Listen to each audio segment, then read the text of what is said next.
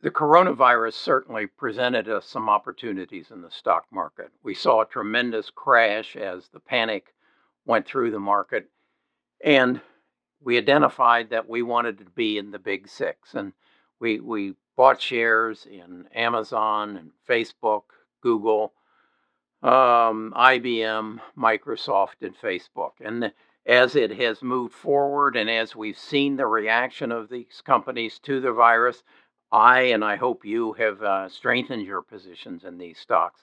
At the same time, we saw that there were some stocks that we knew were strong managed companies that had good balance sheets because we checked the balance sheets, and we jumped in their depressed price. And uh, we looked at the credit card companies and decided that American Express is up substantially, 5% today.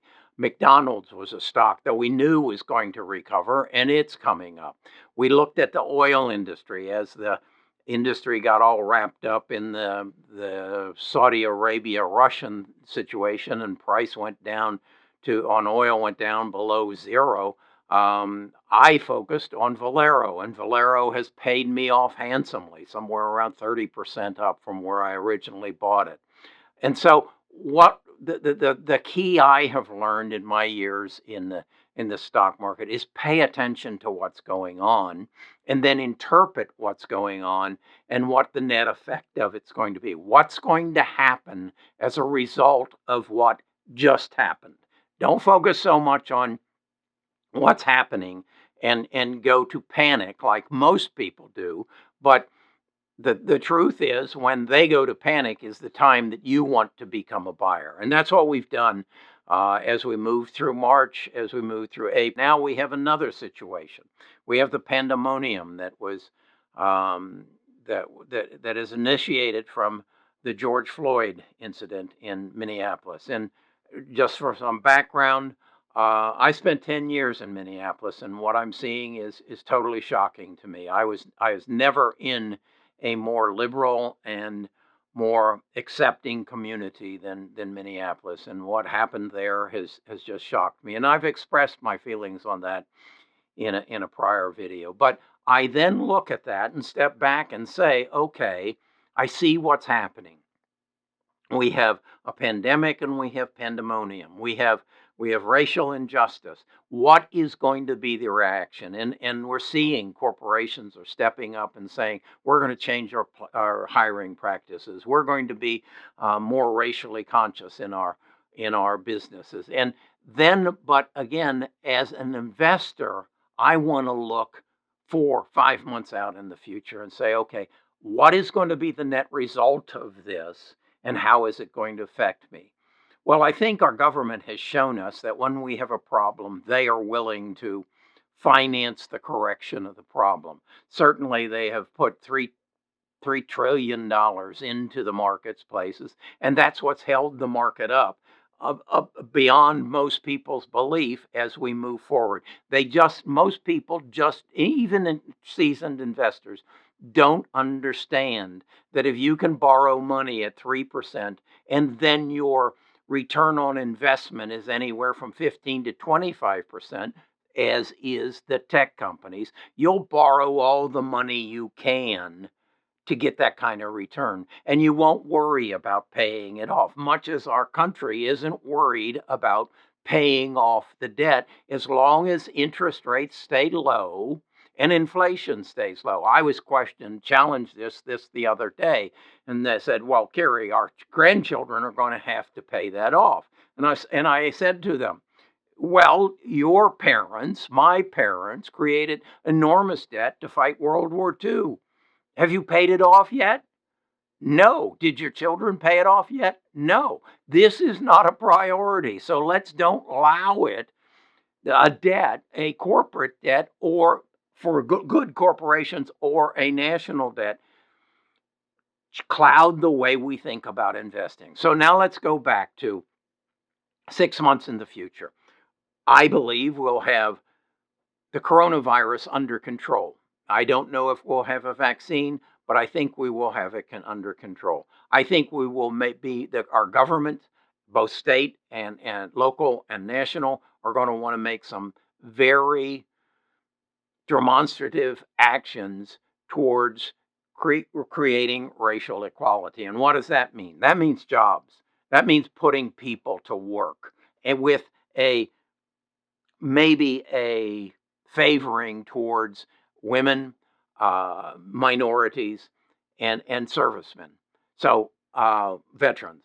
So if I know that, if I believe that's coming, and I also know that our life has changed in that more and more people are going to be working from home, more and more students are going to be studying from home, that is going to put an even heavier load on the internet, which is going to make 5G all the more important.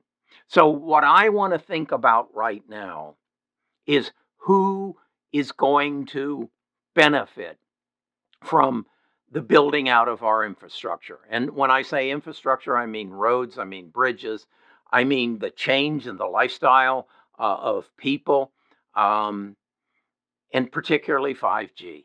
Who is going to benefit? So I've done some research, and I'm looking at all the usual suspects of Cisco, Verizon, T-Mobile, Sprint, Qualcomm, Charter, and AT&T. Those are the usual suspects, but I don't think I'm going to see a huge bump in their prices. So I've dug a little deeper, and I've come up, and please excuse me if I don't pronounce these companies correctly. I'll show their tickers. Xilinx,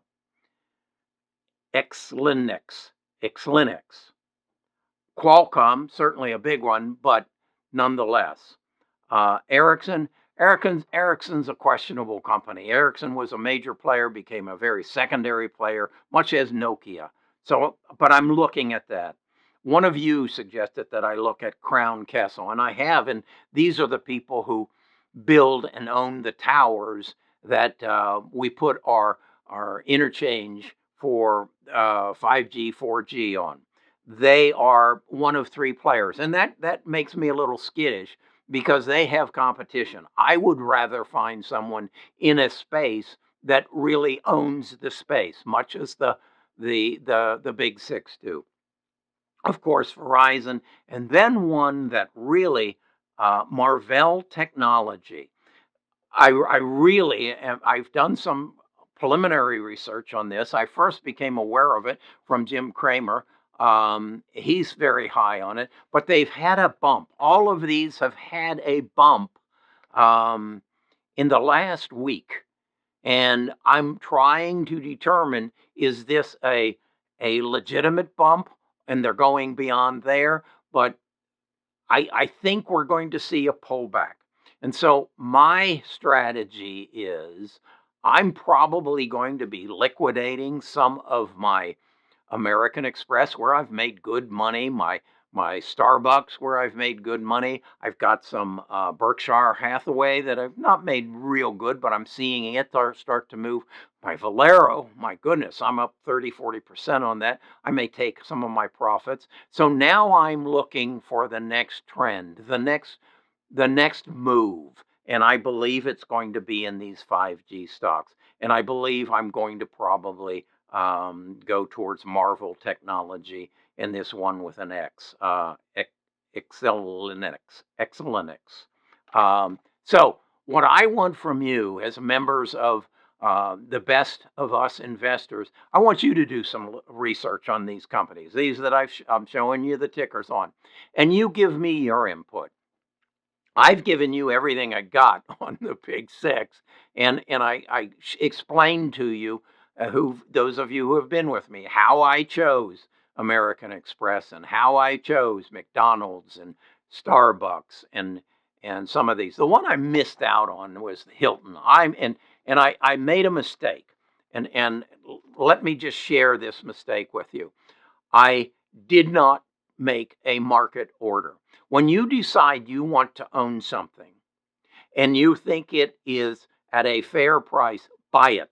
Take it on a market order. Do not put a limit order. And Homer, I know you believe in limit orders, but I don't.